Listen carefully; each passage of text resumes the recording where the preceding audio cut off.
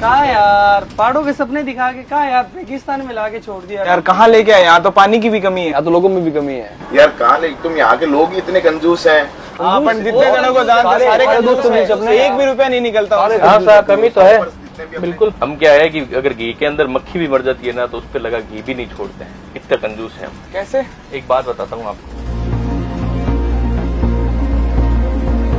ये बात है लगभग 500 साल पुरानी, जब एक मंदिर की नींव में लगभग 40,000 किलो घी का उपयोग किया गया। सुनते ही आपको अजीब लग रहा होगा, लेकिन आज मैं आपको ऐसे ही मंदिर के बारे में बताऊंगा जो बयां करेगा कि मारवाड़ी है क्या और उनकी सोच क्या थी। हम बात कर रहे हैं बीकानेर विश्व प्रसिद्ध भांडा साहा जैन मंदिर की, जिसकी नींव में घी भरा गया। बीकानेर के लक्ष्मीनाथ जी मंदिर के पास स्थित 500 सालों से भी ज्यादा पुराने इस मंदिर का निर्माण सेठ श्री भांडा साहा ने करवाया था।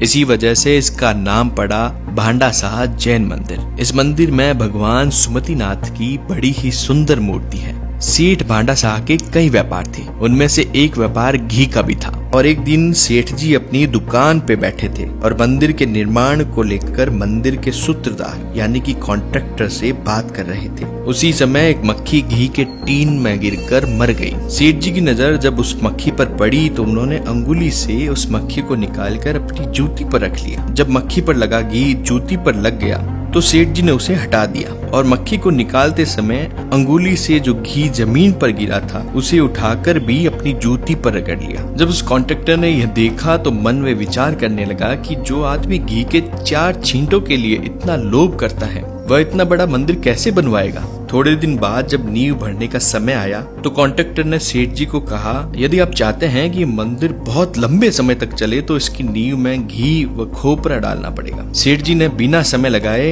हाँ कर दी। दूसरे दिन जब मजदूर आए उससे पहले ही सेठ जी के कर्मचारियों ने मंदिर की नींव में घी डलवाना शुरू कर दिया। कहते हैं 40,000 किलो घी डाला गया और जब कॉन्ट्रैक्टर वहाँ पहुँचा तो वास्तव में सेठ जी घी डलवा रहे थे। ये देखते ही कॉन्ट्रैक्टर घबरा गया और उसने सेठ जी के पैर पकड़ लिए और मक्खी वाली जो घटना है उसे सेठ जी को बताया। इस पर भांडा साहा जी ने कहा कि धन का सदुपयोग करो। घी के छींटों पर चींटियां आती जो किसी के पैरों तले मारी जाती। जूते पर घी लगने से जूता मजबूत होगा और चींटियों के प्राण भी बचेंगे। अहिंसा की ऐसी सावधानी पूर्वक बात सुनने पर जितने भी कारीगर थे उन सभी को अपनी गलती का एहसास हुआ। उन्होंने सेठ से क्षमा मांगी, लेकिन सभी से क्षमा मांगने और घी न डलवाने की विनती सुनने के बाद भी जो घी वहाँ आ चुका था उसे उन्होंने नींव में डलवा दिया। भांडा साहा जी ने स्पष्ट कहा कि घी अब मंदिर के निमित्त हो गया है, अतः उसका यही उपयोग होगा। अब आपको तो पानी की चिंता करने की भी जरूरत नहीं है। हमने यहाँ पे जानवरों और जीवों के लिए भी हर 100 मीटर पे जंगलों में पानी की व्यवस्था कर रखी है, जिसमें आप तो हमारे मेहमान हो और मेहमानों का सत्कार हम पानी से नहीं 56 भोग से करते हैं। बाहर के लोग अक्सर कहते हैं कि मारवाड़ी कंजूस होते हैं। मुझे ये बात कभी समझ में नहीं आई कि मारवाड़ी कंजूस कैसे होते हैं। मारवाड़ियों का जितना दिल होता है उतना दिल तो किसी का हो ही नहीं सकता। आप भारत के किसी भी कोने में चले जाइए और किसी भी मंदिर में चले जाइए, लगभग सभी मंदिरों का निर्माण मारवाड़ियों ने करवाया है। कुछ लोग सोच रहे होंगे कि मारवाड़ियों ने भगवान के डर से मंदिर बनवाए हैं, लेकिन आप किसी भी गांव में जाएंगे तो वहां आपको धर्मशालाएं मिलेंगी। आज के जमाने में किसी भी शहर और गांव में जाने के लिए आपको बहुत से साधन मिल जाएंगे, लेकिन उस समय कोई भी साधन नहीं था। अगर कोई आदमी शहर गया हुआ है, उसको रात को अपने गांव आना था और शाम को उसकी लास्ट बस भी निकल जाती, तो उसके पास रहने के लिए और खाने के लिए एक ही ऑप्शन बचता था, वो था धर्मशाला, जिसका किराया मात्र 2 रुपए या 5 रुपए हुआ करता था। और अक्सर लोग कहते हैं कि राजस्थान के अंदर पानी नहीं है। मैं उनको बताना चाहूंगा कि राजस्थान में जब भी आप आए तो मुझे नहीं लगता कि कहीं पे भी आपको पानी खरीदने की जरूरत पड़ेगी। बाहर इतनी नदियां और पानी होते हुए भी आपको पानी बिस्लरी से पीना पड़ता है या खरीदना पड़ता है।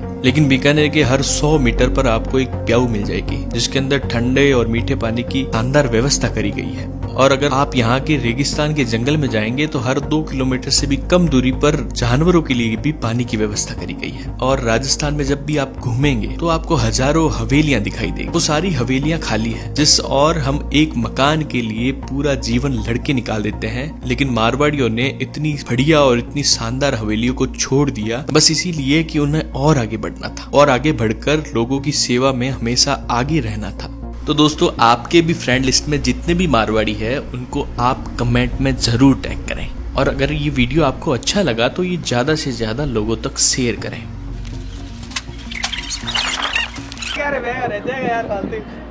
बैग अंदर है ना, एक और किसका है वो? रोल लेके, अरे रोल तो छोड़ तू